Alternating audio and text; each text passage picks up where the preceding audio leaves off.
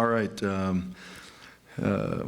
Starting like we have in the past, I'll mention our players of the game in the win against Rice. Offensively, a young man that's been very, very productive for us in terms of statistics, but had his best game since he's been here when he hasn't gotten the football. Deontay Greenberry, again, had a number of catches, a big touchdown, but played his best game in terms of doing things when his teammates had the football. You look back on the Temple game, he was not the Houston Player of the Week, but he was the Conference Player of the Week. Played 90 snaps in that game, but this was by far his best game in terms of blocking and producing when he was not having the football thrown his way. So really proud of him and his continued hard work and effort. Defensively, we had co-players of the game. Adrian McDonald, our sophomore safety, played 82 snaps on defense, played another 21 snaps on special teams. So had 12 tackles, a pass breakup, a forced fumble, and a fumble recovery. Had an outstanding game. And then the other defensive player of the game, freshman defensive end Tyus Bowser, 5 tackles, tackle for loss, number of quarterback hits. He was in the backfield all afternoon, 2 sacks, and then the big interception as Rice was driving down the field. Special teams player of the game was a guy that's done a great job stepping into his role this season.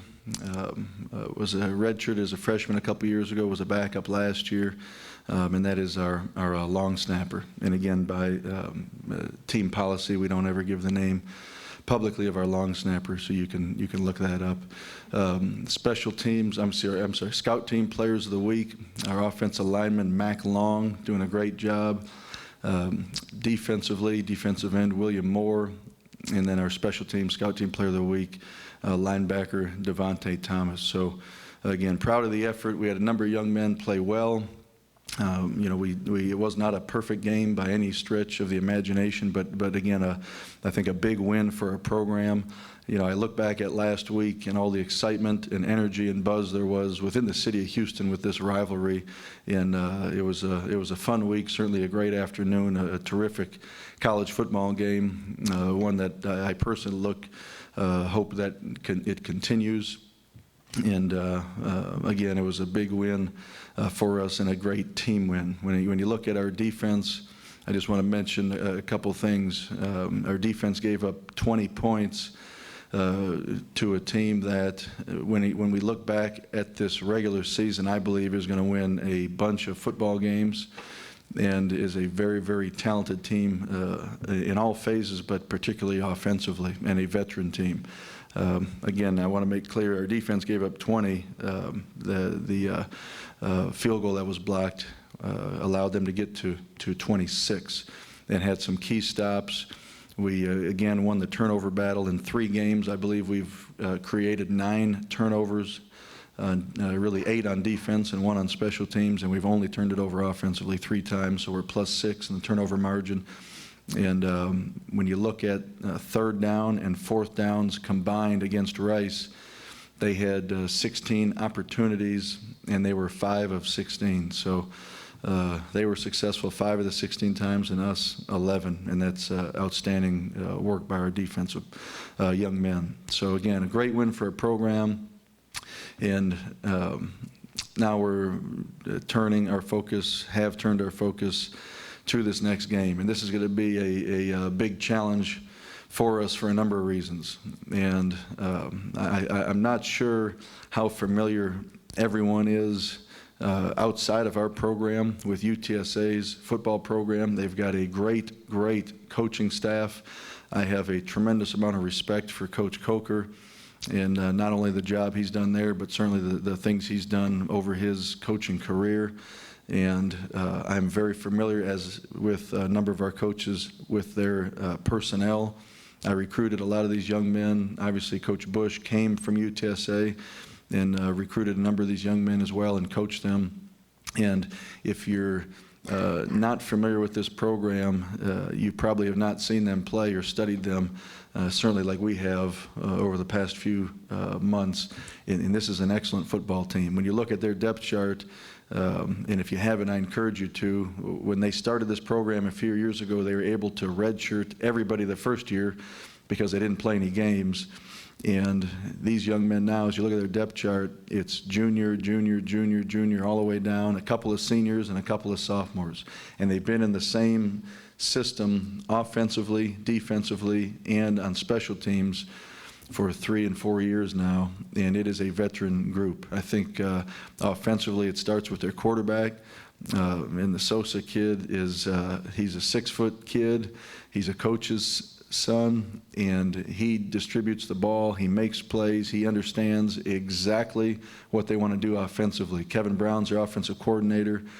I remember when I was at Texas State in the late 90s, and we were recruiting him, and he ended up going to another program, and he does a fantastic job with formations, shifts, and movement, getting matchups. And again, I can't say enough about the skill guys they got offensively as well. So it'll be a tremendous challenge for our defense.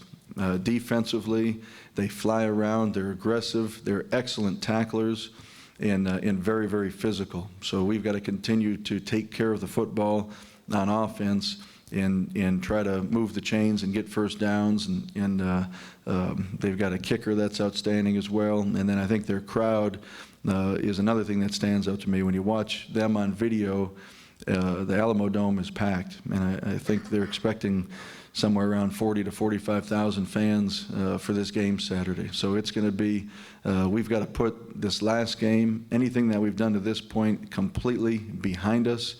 And that's falls on a number of people. It falls on us as coaches. We'll continue to get beyond that today. Again, our players were off yesterday, and we saw them Sunday afternoon for video and a short practice.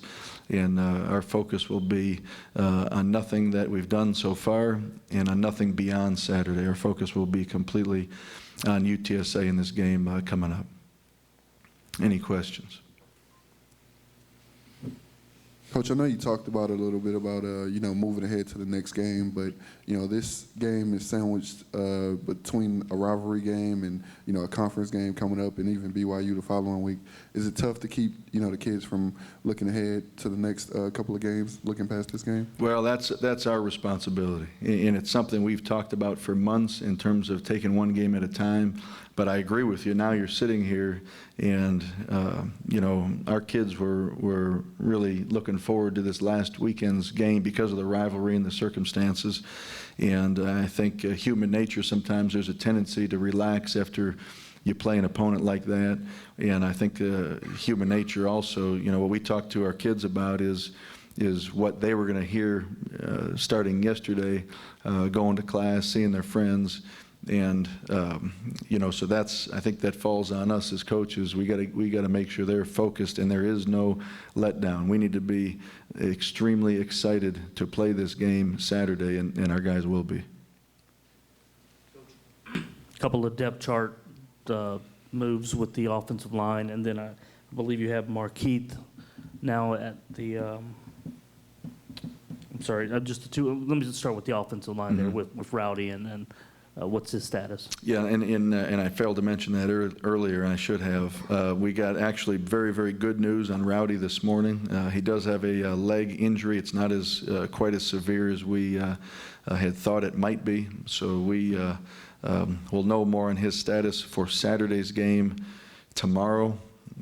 But I don't think, from what it sounds like, he'll be out very long, if at all. Eric Island is making tremendous progress. And we'll see where he's at here in the next day or two. And there's a chance, bless you, there's a chance Eric could play this weekend. Kenneth Farrow, I would say, is still doubtful for this weekend's game. And hopefully we'll get him back for the Memphis game. And then Eric Braswell suffered an arm injury on the second defensive play, and we got good news on him today as well. There's a chance he could play this weekend also. UTSA and the Cougars kind of have a different team dynamic with there being so many young leaders at the UH team and so many older people at the UTSA team. So are the Cougars mentally prepared to play against such seasoned players? Yeah, and it's similar. It's a great question. It's very similar in my mind to the opponent we just played in that respect. You know, Rice is a very, very veteran program right now with their student athletes, a lot of seniors, some juniors. In UTSA in that respect is very similar. So I agree with you. It's going to be, you know, I look at, for instance, our players of the game against Rice were true freshman, true sophomore, redshirt sophomore. So it's a young group. We've got some young captains, but again, it'll be they'll be ready to play. That's on us as coaches and staff to make sure they're focused and ready to go. Coach, before I start, I just want to apologize for the colors. They're not Rice colors. They're the radio station's colors. Okay? I see that. I see it. Technically, you did start, but go ahead. Okay, thank you. We rack up more first downs than any other program, but then when we get to the red zone, we seem to sputter. Is it because we slow down the tempo of the game and then we have so many people in the backfield allowing the defense, their defense, to set up, or is it because we don't have a power runner kind of like a Robert Newhouse of old? It's a combination of a number of things. I think there are many strengths to this offensive style of play. And you talk about stretching the field and going 4 wide receivers, and you stretch them to the sideline, you stretch them vertically, and then you get down to the 3-yard line and everything's compacted. You can't stretch the field as much. Now, and that's not an excuse, but you know, when I look back at the Temple game, we lost kind of our power runner, if you will, in Kenneth Farrow in the second quarter, and that changed some things for us. You know, you put the video on, and we had some opportunities against Rice, and you know, we ended up getting stalled there and settling for a field goal the second time we were down at the goal line. So it's a combination of some things. It's something that we certainly have got to get corrected because 7 points is so much more important than 3, and at some point that's gonna cost us, and we got to get it corrected before it does. But I think it's a combination of a number of things. Coach, you had two freshmen in Tyus Bowser and Greg Ward, who, you know, both from Tyler. Can you talk about what impact those two guys had on the game last week? Well, again, you know, having those two from the same high school, they're great friends, they're roommates, and I think it's unique that it's so hard to play significantly as a true freshman. Here's 2 young men from the same program that have come in and really, you know, there were a lot of sparks, if you will, in the game, and those 2 gave us a spark. Again, Tyus, very productive. We talked about him before the Southern game, saying the more he plays, the better he's going to be. And I think what some people may not know or have forgotten about Tyus, a year ago in high school, he was playing quarterback, running back, tight end, receiver, and then defensively outside linebacker, defensive end. Never came off the field, played so many different positions. So now we've got him focused at what we're calling our rush end with Trevor Harris and certainly Eric Island. And the more he plays, the better he gets. You know, he's very instinctive. He's very, very fast. And again, did a great job. Greg Ward came in, rushed for, I believe, 80 yards. And threw 3 passes, completed all 3 for, I think, 48 yards, threw the one up to Markeith Ambles, and again, gave us a great spark. I think played 20 or 25 snaps as well, and did an outstanding job for his first college play. And again, I think the poise he showed is similar to the poise I've been talking about with John O'Corn. You know, he came out there, he's a competitor, very, very relaxed, very calm, great demeanor, and those guys will continue to help us and get better throughout the course of the season. And I guess more on Greg Ward. When people would ask you, like in the spring, about his speed, you would always talk about his accuracy as well. Could you see yourself giving him a little bit more playing time as the season going on? Well, you're exactly right, and he's, you know, we've talked about it. There's a term that you use in a specific type of offense called a wildcat, where, and we would say Rice ran some wildcat plays where you put a true running back at quarterback, and for the most part, you're going to snap it to him, and he's either going to hand it off or he himself is going to run it. And we don't look, and we talked about this for a long time as a staff, we don't we don't consider Greg Ward a wildcat quarterback. He can throw the football. He can run our offense. He brings a different dimension to some certain things. He can do better probably than the other quarterbacks in our program. But again, he's, if you will, dual threat in terms of that he can throw the ball as good as anybody. He's very, very accurate. And you're right. I mentioned that last spring before he even got here, that he's a guy that was going to compete to play, and certainly he has. What's your excitement level with John O'Corn and the fact that you have so many freshmen that are actually starting and making an impact this season already? It's playing freshmen is extremely exciting.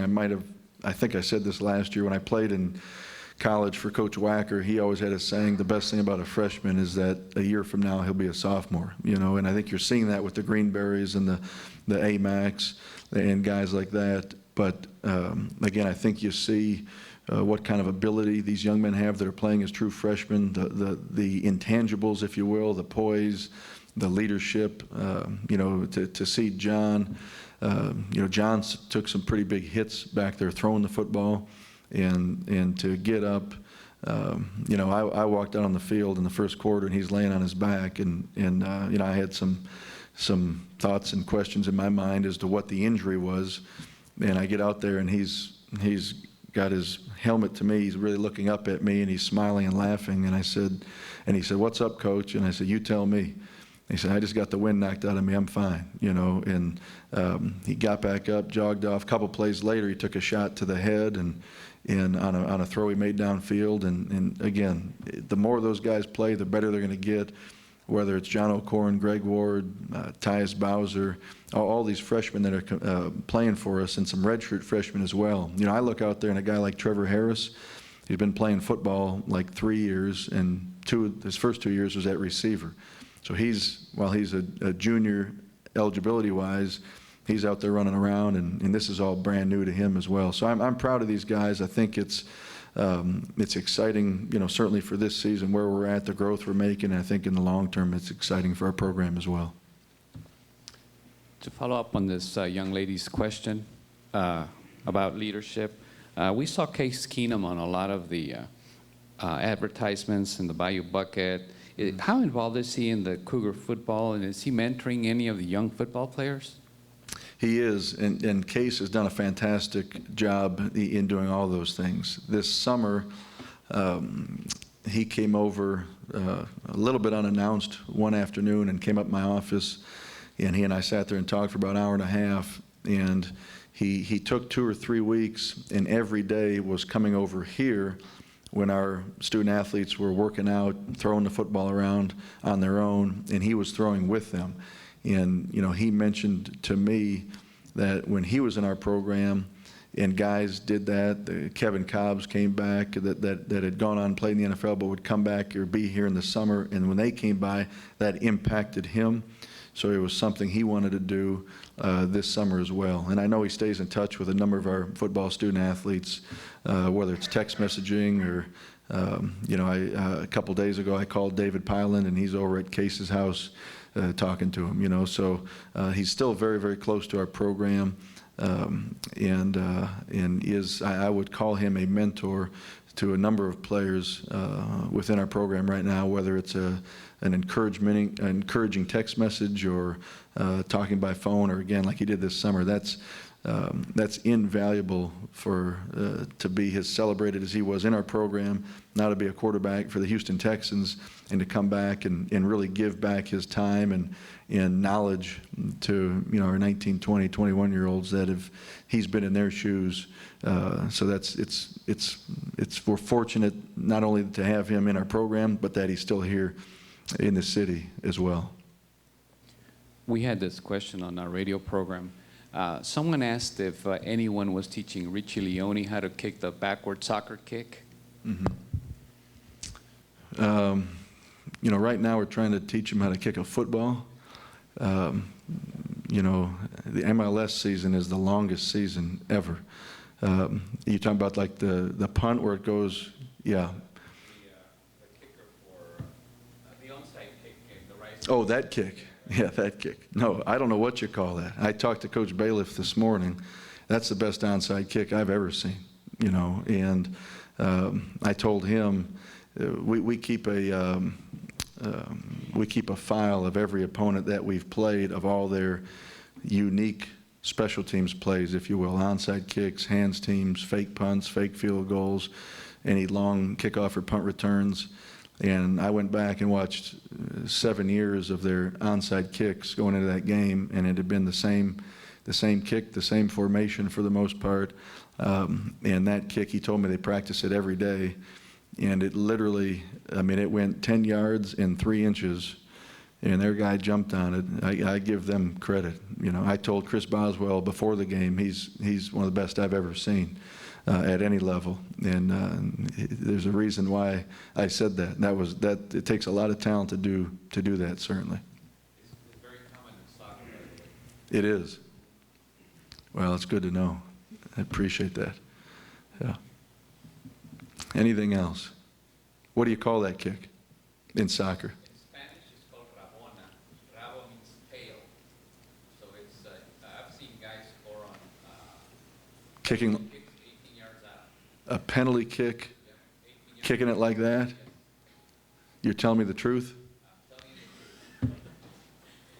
All right, I'm going to YouTube that. No, I appreciate you telling me that. That was an impressive kick.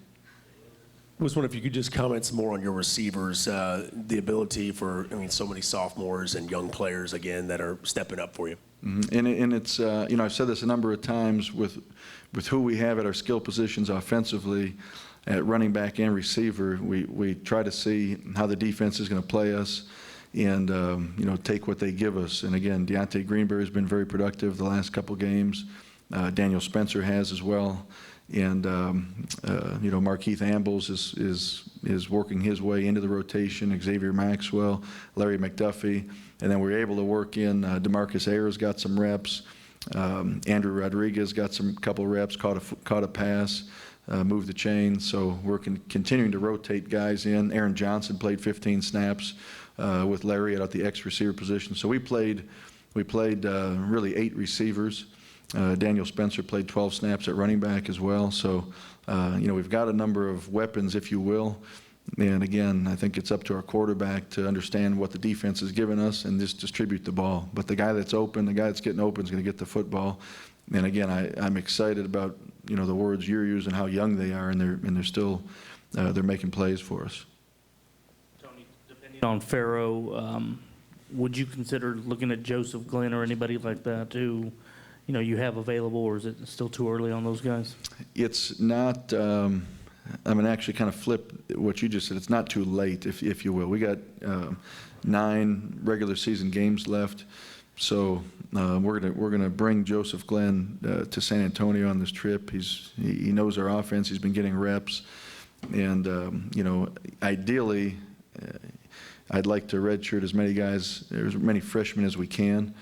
And again, hoping that Kenneth Farrow at running back specifically will be back after this next game for the Memphis game. But again, regardless of position, I'd like to not play those guys if we don't have to, if we can. All right, thank you.